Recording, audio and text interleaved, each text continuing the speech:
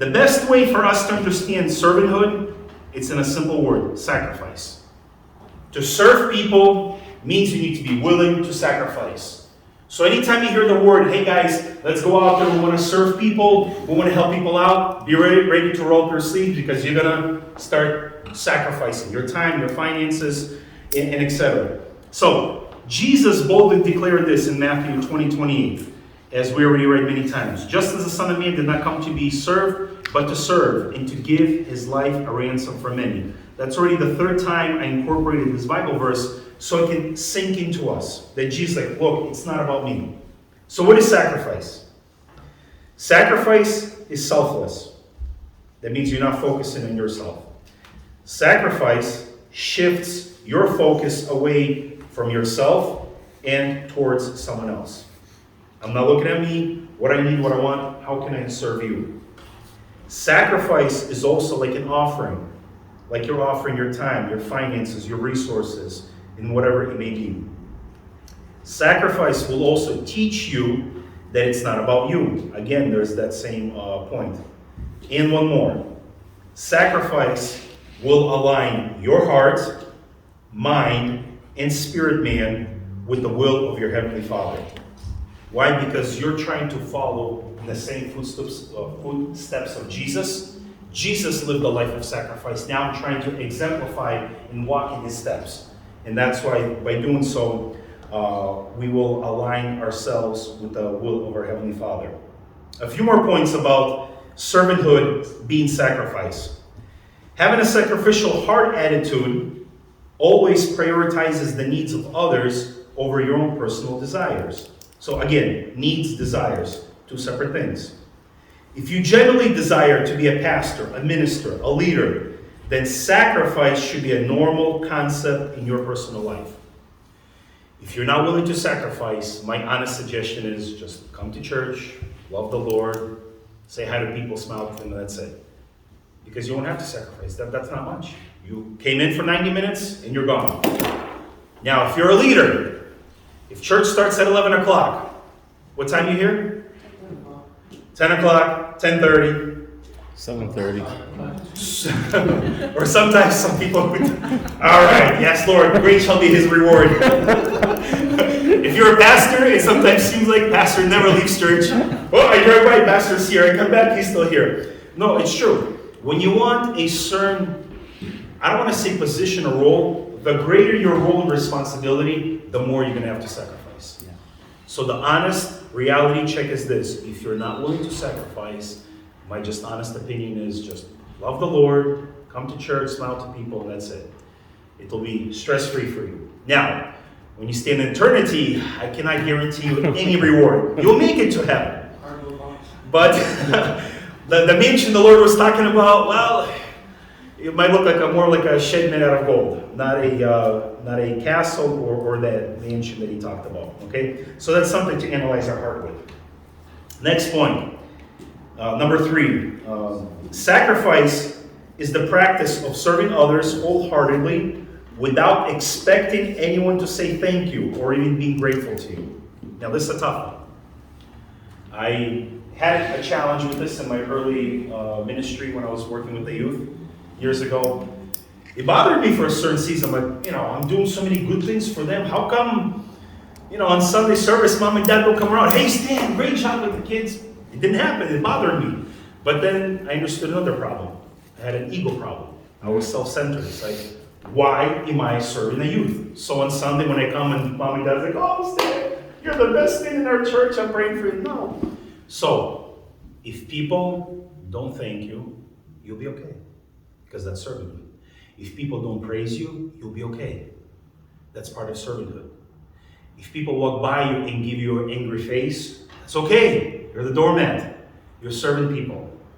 If you don't like none of the above that I just said, don't serve. You see what I mean? So now we're at a dilemma, kind of, to make a decision. But I want to serve. If you want to serve, then this comes as a package deal.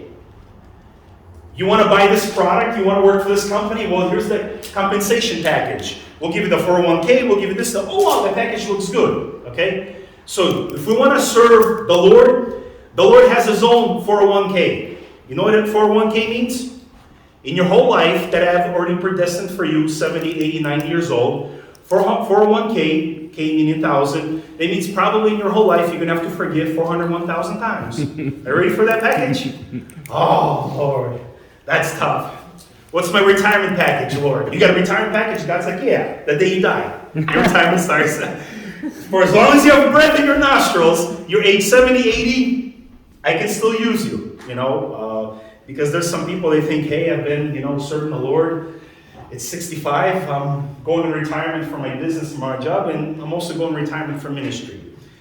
If you're willing to truly fulfill God's will in your life, retirement will never be in your resume. That's it. You're going to serve God until your last dying breath, or at least the good Lord wants us to. All right, a couple more points there. Third to the last. One above it. The body of Christ does not lack pastors or church leaders. Rather, it lacks those who are willing to sacrifice. That's a big one. If you genuinely want to follow Jesus and be like him, wear sacrifice around your neck like a necklace. Couple more. As a kingdom leader or as a disciple of Christ, learning to sacrifice should be a regular practice, not a one-time event. Oh, that's it. I helped out this Sunday. That's it. Guys, talk to me in 2 months. I'm going to recover for the next 2 months.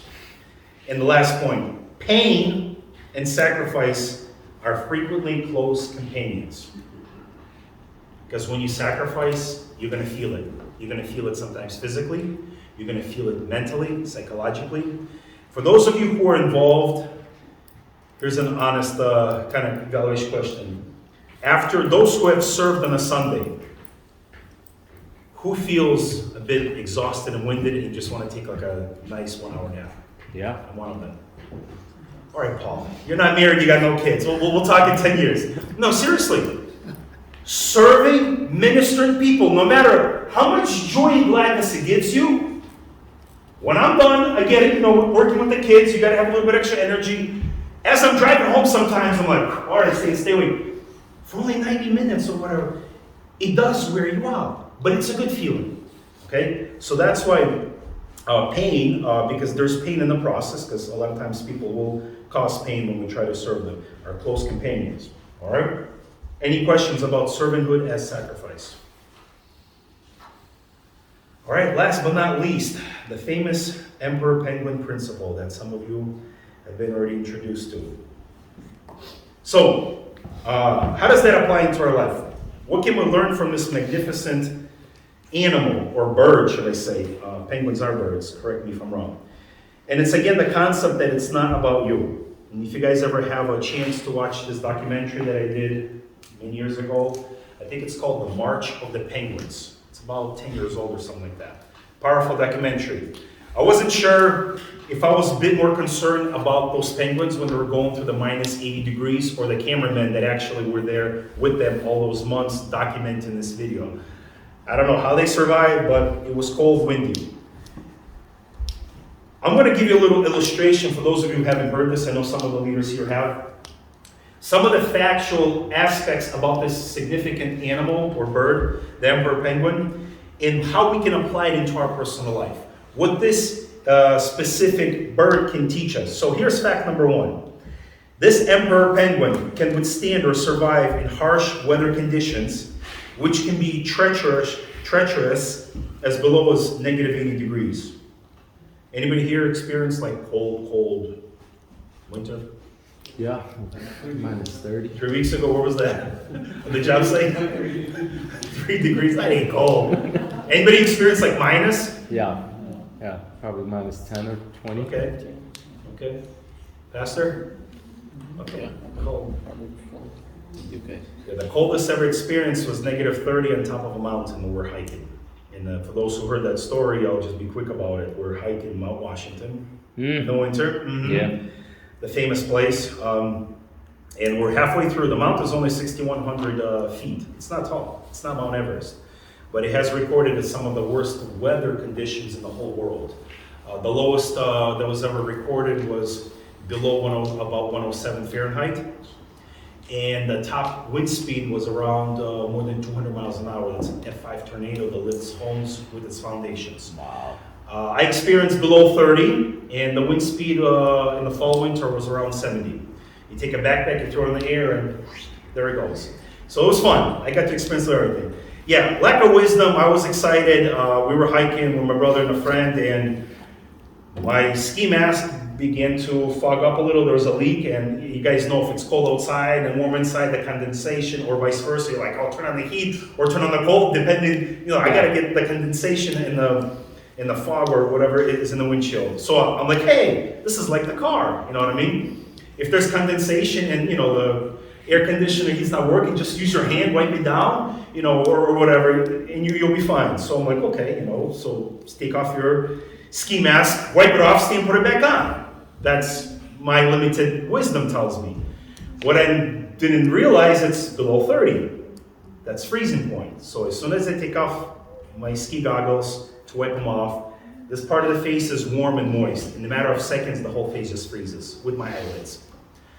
So now my eyelids are closed, I'm frozen. I had to take off my gloves and with my own hands shiver and defrost my eyelids so it won't tear them open. But anyway, that's only 30 below. These penguins, as I read in point number 1, they experience weather as below as negative 80. So what is the leadership or the discipleship principle here? No matter how harsh or devastating the environment or situation is, as a leader or as a disciple, you can remain firm and unshakable. And I think this is very important because we're all going to go through different seasons of our life. We will.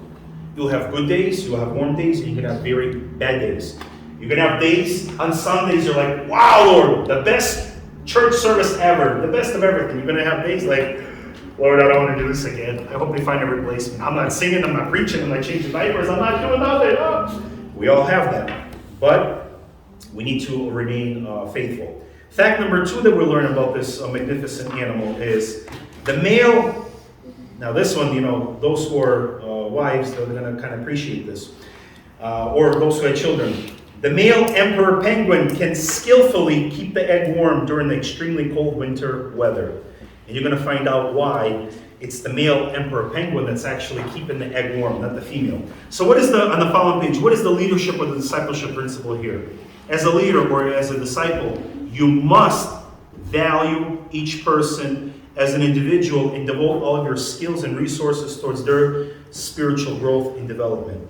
Just as this male penguin is protecting that egg from these treacherous winds and cold weather to keep it warm, God will bring people into your life that He wants you to keep them spiritually warm, to keep them nourished. And sometimes it could take some time and season, just as that egg takes months to hatch, it may take months, sometimes years for that person to spiritually have their breakthrough. I've dealt with people, even right now, I know of one person, oh my goodness, probably almost 15 years. The Lord's been using me to minister to them. There's been breakthroughs, downfalls. Right now, He hasn't been, answering my messages.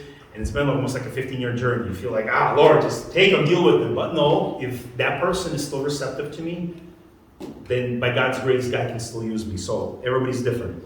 Fact number 3. We'll go through this quick. The male penguins will eventually go without food for about 125 days while they wait for their female penguin to return with food. So here it's interesting how God has a sense of humor. He reversed the roles. Dad, you're sitting home with the kids. Mama's going to go out there in the mama line and hunt for food. So that's very interesting because here they are in this whole treacherous winter, taking care of this egg, making sure it doesn't roll out, doesn't get cold, while Mama's out there hunting for food. Now, what's the leadership principle or the discipleship principle we can learn here? It takes trusted teamwork, partnership, and endurance to achieve the impossible, even if it takes a long time to reach a goal. I know in the beginning, you're like, wow. He says the woman goes to work, I stay home. Hey, Pastor, can you walk me to the car right now? Because my husband's going to be looking all get called off, I'm in trouble. Pastors, can you walk me to the car? Also, the husband's looking for me in the parking lot. Penguins. So the interesting thing here is 125 days, it's a long, long time. I know even as our local church, we've set certain goals and vision throughout this year. Some of them we may achieve, some of them we may not, and it's okay. As long as we stay consistent and persistent by saying, okay, it didn't work out this year because of whatever reason, we're going to pursue. It's the same principle in marriage. Husband and wife make certain goals and plans in 2022. It's already December 31st. You look back, you're like, what happened? That's okay, sweetheart. 2023 is around the corner. Let's continue. For example, save more money if we need to change some things around. So it's a teamwork. And I think this is how the body of Christ flourishes when we're all working together. Fact number 4. During the cold winter, wind gusts can reach 100 miles per hour, and the penguins work together to keep warm while huddling together. They come together in a huddle and creating a barrier with their own body heat. Those who are the weakest amongst all the penguins usually make it to the inner circle because the inner circle is already protected by the shield of other bodies. So what does that fact number 4 mean for us as leaders or as disciples? Successful leaders recognize, that's the missing word, recognize the importance and power of teamwork. Only when the entire team or organization or New Life Church works together toward the same goal or purpose or vision are they or are we guaranteed to succeed and survive. And we've talked about this. And in the next semester, we're going to talk more about it, what role we play as leaders. What role does my gift play? How can I add value to my local church, to my community, to my state, to my nation, etc.? Fact number 5. Now we can talk about the female penguins. The female penguins who did not return, well, that's not a good point, but anyway. The female penguins who did not return because they have died during their journey or a seal ate them while they were hunting in the ocean, will also jeopardize the life of their newborn chick, which will die since it needs the mother's food or nourishment. What is the principle behind this? As a leader or as a disciple, you must understand your full range of responsibilities and those whom you lead or you serve. People and those you mentor or minister to are like these baby chicks who will always require guidance and support and nourishment. In other words, if you're positioned right now to serve somebody, like specifically in our local church, then God has entrusted you to nourish these people, however it may be.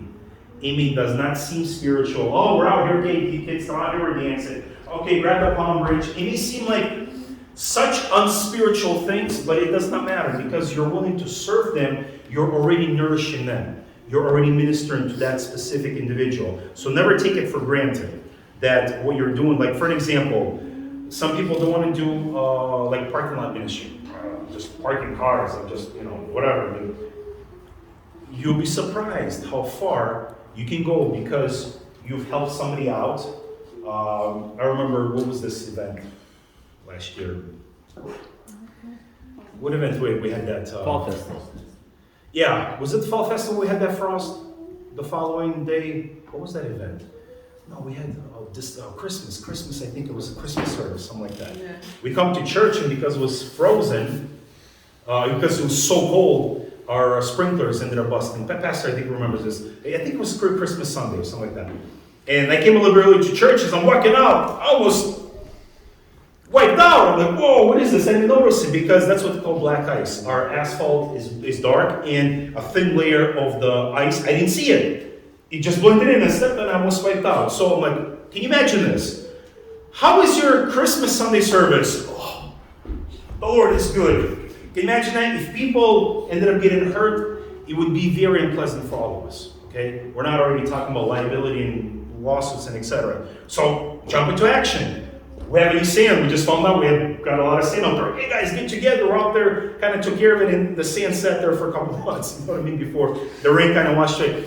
So you'll be amazed that that's a non-spiritual thing. But guess what?